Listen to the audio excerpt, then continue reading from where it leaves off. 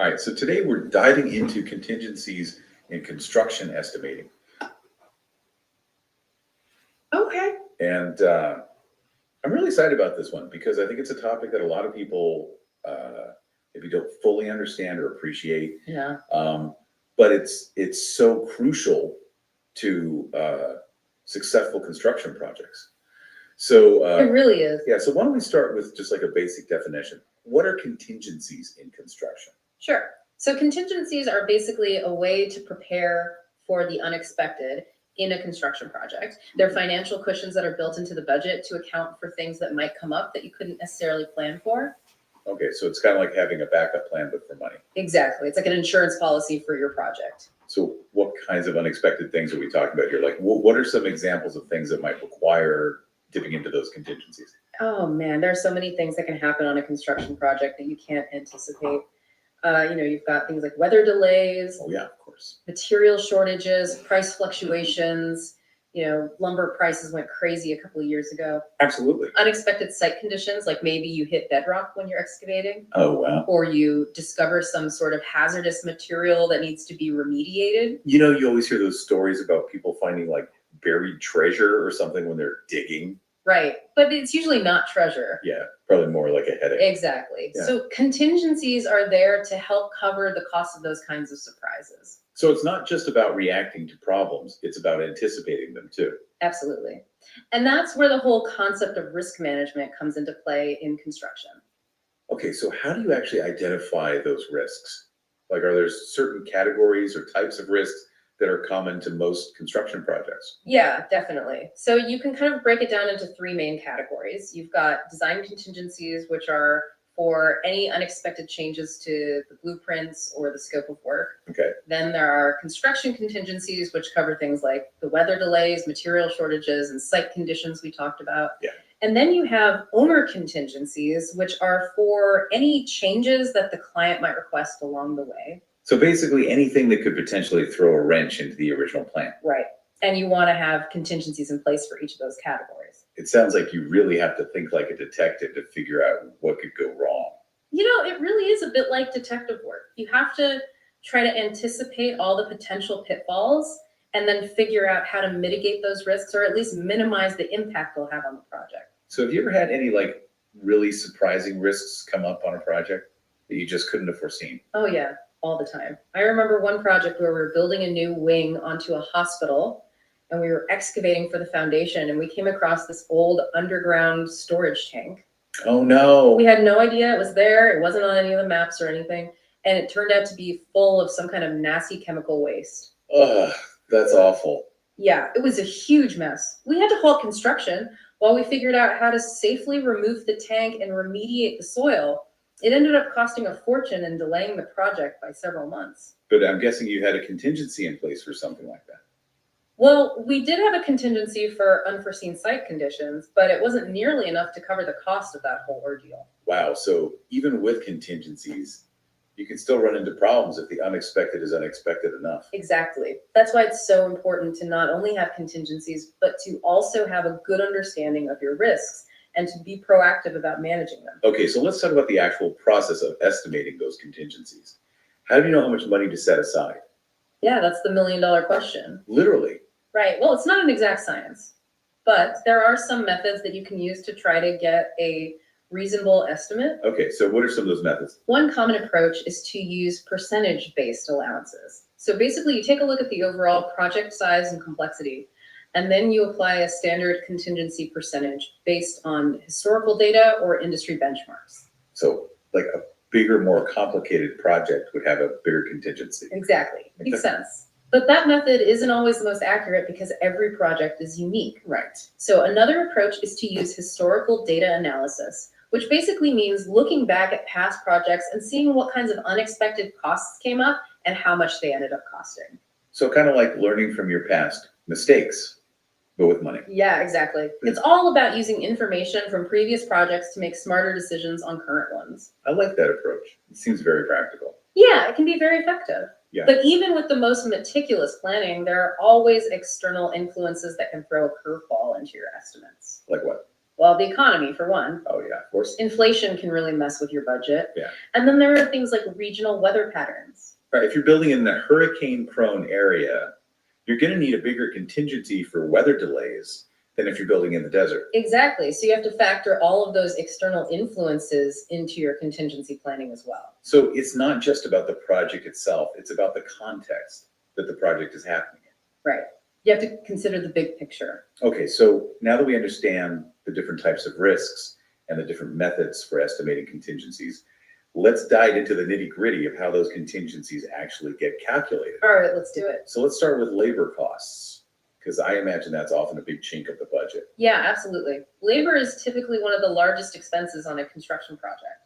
So what kinds of things do you need to factor in when you're calculating labor contingencies? Well, you have to think about things like potential overtime costs if there are delays. Okay, Maybe you need to bring in extra crew members at some point to catch up on the schedule. And of course, the cost of those delays themselves in terms of lost productivity. so you're not just budgeting for the hours worked, you're budgeting for the potential for things to take longer than expected. Exactly. And you also have to account for things like potential wage increases or changes in labor laws that could affect your costs. So there's a lot to think about. There really is. It's not as simple as just multiplying the number of hours by the hourly rate. Okay, so we've talked about labor, but what about materials? Those costs can fluctuate like crazy, right? Oh, yeah, absolutely. Hmm. Material contingencies need to account for things like wastage, which is inevitable on any project. Right. Those dreaded price hikes we talked about earlier. And yes, those ever-present supply chain issues that can cause major delays and increased costs.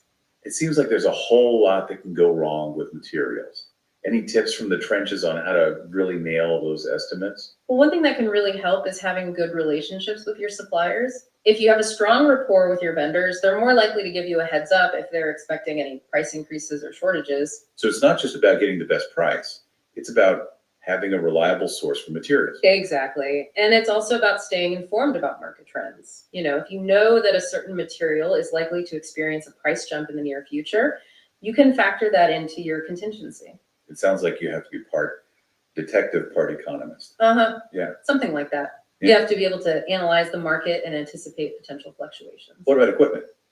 I imagine breakdowns and unexpected rentals can really throw a wrench in the budget. Oh, for sure. Equipment contingencies cover things like breakdowns, the cost of renting replacement equipment if needed, and the potential for needing to purchase replacement parts. So it's not just about the initial cost of the equipment, it's about the potential for additional costs down the line. Precisely. Thinking through all those what ifs is a crucial part of developing a solid contingency plan. Okay, so we've identified all these potential risks and we've got these contingencies calculated for labor, materials, equipment, all that good stuff. Mhm.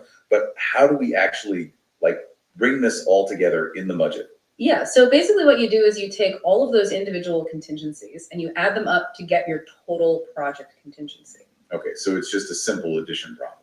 Well, it's a little more complicated than that because you also have to consider things like profit markup and waste. Wait a second, I thought contingencies were part of the profit. That's a common misconception. Yeah. Actually, profit markup and waste are all separate line items in the budget. Oh, okay, so what's the difference then? So profit is the money that you as the contractor make on the project. It's your reward for taking on the risk and successfully completing the work. Got it. Markup is a percentage that you add to your costs to cover your overhead expenses, things like rent, utilities, salaries for your office staff, and so on. Okay. And then waste is the unavoidable loss of materials that happens during construction. Things like offcuts, spills, damaged materials, that kind of thing. So contingencies are separate from all of those. Exactly. Contingencies are specifically for covering unexpected costs that arise due to those risks we've been talking about. Okay, so how do you balance all of these different financial pieces of the puzzle? It sounds kind of complicated. Yeah, it's definitely a balancing act. There's no one-size-fits-all approach. Each project is unique and requires a carefully considered contingency plan. So are there any rules of thumb or guidelines for how much contingency you should include in a budget?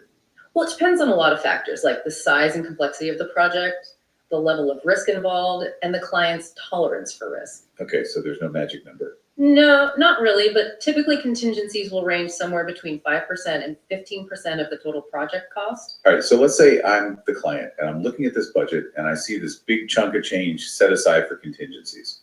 What questions should I be asking to make sure I'm not getting taken for a ride? That's a great question, and it's one that every client should be asking.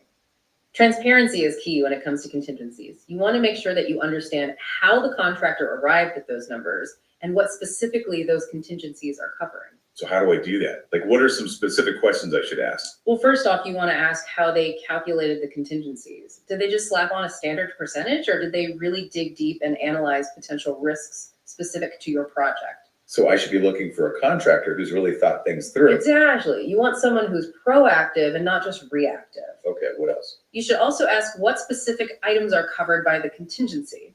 Make sure you're both on the same page about what those funds can be used for. Is it just for unexpected costs, or does it also cover changes that you might request later on? That's a good point. It's all about setting clear expectations from the get-go. Right. And you should also ask what happens if the contingency isn't enough. Projects can throw curveballs, and sometimes even the best laid plans need adjusting. Yeah, that's true. So find out how they handle situations where costs exceed the contingency. Do they have a clear process for communicating with you and renegotiating the budget? So basically, I want a contractor who's not going to freak out if something unexpected happens. Exactly. Yeah. You want someone who's level-headed and has a plan for dealing with the unexpected. Okay, so what's the best case scenario here? What should I be hoping to hear from the contractor? Ideally, they should be able to explain their contingency plan in a way that makes you feel confident and secure. They should be able to clearly articulate the risks they've identified, how they calculated the contingencies, and what procedures they have in place to manage those unexpected costs. It sounds like finding a contractor who's proactive and transparent about contingencies is just as important as finding one who can build a solid structure. Couldn't agree more. Contingencies are a testament to a contractor's professionalism and their commitment to delivering a successful project. Well, I think we've covered a lot of ground today. We've explored what contingencies are, why they're important, how to estimate them, and even what questions clients should be asking. And we've learned that contingencies aren't about being pessimistic. They're about being prepared and realistic. Exactly. And that having a solid contingency plan in place can give everyone involved, the contractor, the client, everyone, peace of mind, knowing that there's a buffer in place to handle those inevitable bumps in the road. So we left off talking about, what questions a client should be asking about contingencies to Right. make sure that they're, getting a fair deal and that the contractor is being transparent and all that. Absolutely. So let's pick up where we left off. What are some other things that a client should be looking for or asking about when it comes to contingencies? Okay, well, I think one important thing is to make sure that the contingency plan is well documented. It should be clearly spelled out in the contract Oh, yeah, that makes sense. what those contingencies are, for how they're calculated and how they'll be used. You don't want any surprises down the road. No, and you definitely don't want any surprises when it comes to money. Right. And you also want to make sure that the contractor has a process in place for tracking and managing those contingencies. Okay, what do you mean by that? Well, they should be keeping detailed records of any unexpected costs that come up. Right. And they should be communicating with you regularly about how those contingencies are being used, so you're not left in the dark. So it's about transparency and communication. Exactly. You want a contractor who's going to keep you in the loop every step of the way. So what's the worst thing a contractor could do when it comes to contingencies? Well, I think the worst thing would be to try to hide unexpected costs from the client, Oh yeah, that'd be bad. hoping that they won't notice or that they'll just pay the bill without asking any questions. Right. That's a recipe for disaster. It erodes trust, and it can damage the relationship between the contractor and the client. Absolutely. So what's the best way for a contractor to handle those situations where the unexpected happens and costs exceed the contingency? Well, the key is to be upfront and honest with the client. Okay. As soon as they realize that there is an issue, they need to communicate that to the client and explain what happened, why it's going to cost more, and what the options are. So basically just be transparent and work together to find a solution. Exactly. And, sometimes it might mean having to go back to the drawing board and renegotiate the contract, Right. but that's always better than trying to sweep the problem under the rug. I think you've given us a lot of great advice today about contingencies. Is there anything else you want to add before we wrap up? Let me think. I think it's important to remember that contingencies are a tool. They're not a weapon. Okay. What do you mean by that? Well, sometimes I've seen contractors use contingencies as a way to inflate their bids. Well, interesting. They'll add a huge contingency just to make sure they have enough cushion in case something goes wrong. But that's not really the point of contingencies. Wait, they're not supposed to be a profit center. Exactly. The point of contingencies is to protect the project and everyone involved from those truly unexpected costs. Okay, so it's about finding that balance between being prepared and being realistic. Right. You don't want to be overly optimistic and assume that everything's going to go perfectly, but you also don't want to be so pessimistic that you scare the client away with a sky-high bid. I think that's a great note to end on. Yeah, I agree. So thanks for joining us today for this deep dive into contingencies in construction estimating. We hope you found it informative and helpful. Thanks for having me. And remember, contingencies are your friend. They're there to help you navigate the unpredictable world of construction. Absolutely. We'll catch you next time on The Deep Dive.